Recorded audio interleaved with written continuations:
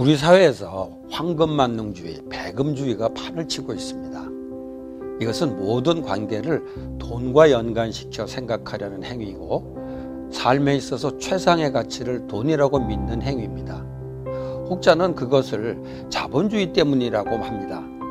하지만 자본주의가 생기기 훨씬 전부터 죄악 세상에는 늘 황금만능주의가 있어 왔습니다. 이것을 추종하는 사람들에게는 돈이 전지전능하신 하나님의 자리에 있게 됩니다. 사도 바울은 이런 사람들을 이렇게 표현합니다. 그들의 마지막은 멸망입니다.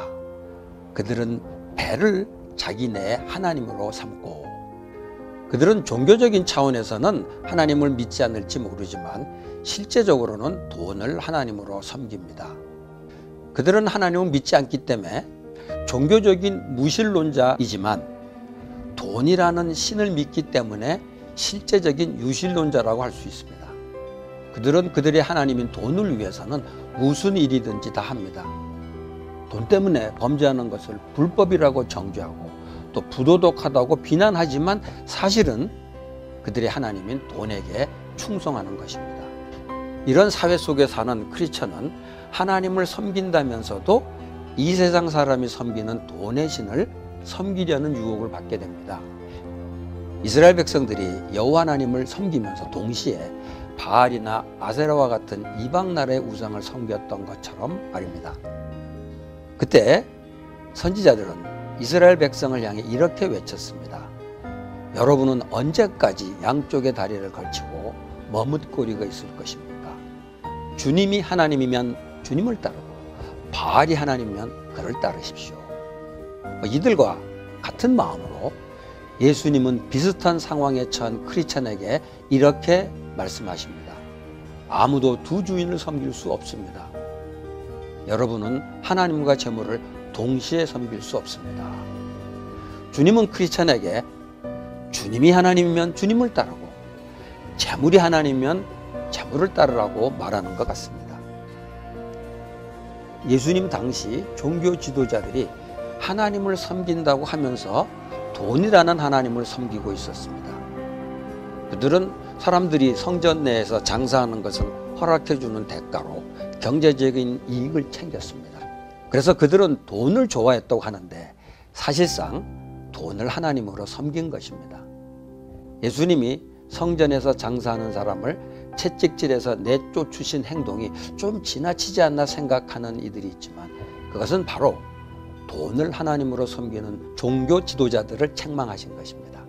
그때 주님은 만민이 하나님께 나와서 기도하는 집을 강도들의 소굴로 만들었다고 책망하셨는데요. 그것은 하나님을 섬기는 장소인 성전을 돈을 섬기는 장소로 만들어버린 것을 책망하신 것입니다. 지금도 자신은 하나님을 믿기 때문에 다른 신은 섬기지 않는다고 생각하는 크리스찬들이 있습니다. 물론 그들은 어떤 종교적인 상징물 앞에서 절하지 않을 겁니다.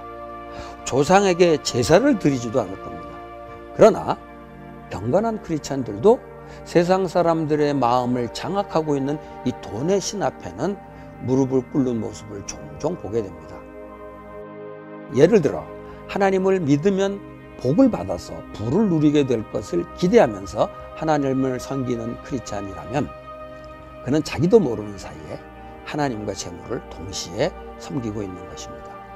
또한 반드시 돈이 있어야만 하나님의 일을 할 수 있다고 생각하는 것도 어찌 보면 하나님과 재물을 동시에 섬기고 있는 것이라 할 수 있습니다.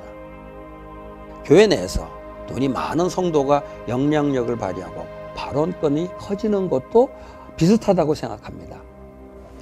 솔직히 말하자면 정도의 차이는 있을지 모르지만 대부분의 크리스찬들은 어느 정도 돈을 의지하고 신뢰합니다. 이런 말을 하고 있는 저도 하나님을 믿고 하나님을 섬긴다고 하지만 어느 순간에 돈의 힘을 의지하게 되는 자신을 발견합니다.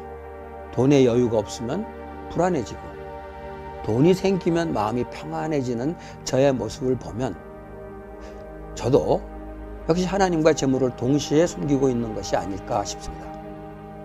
이러한 우리에게 사도 바울은 이렇게 권면합니다.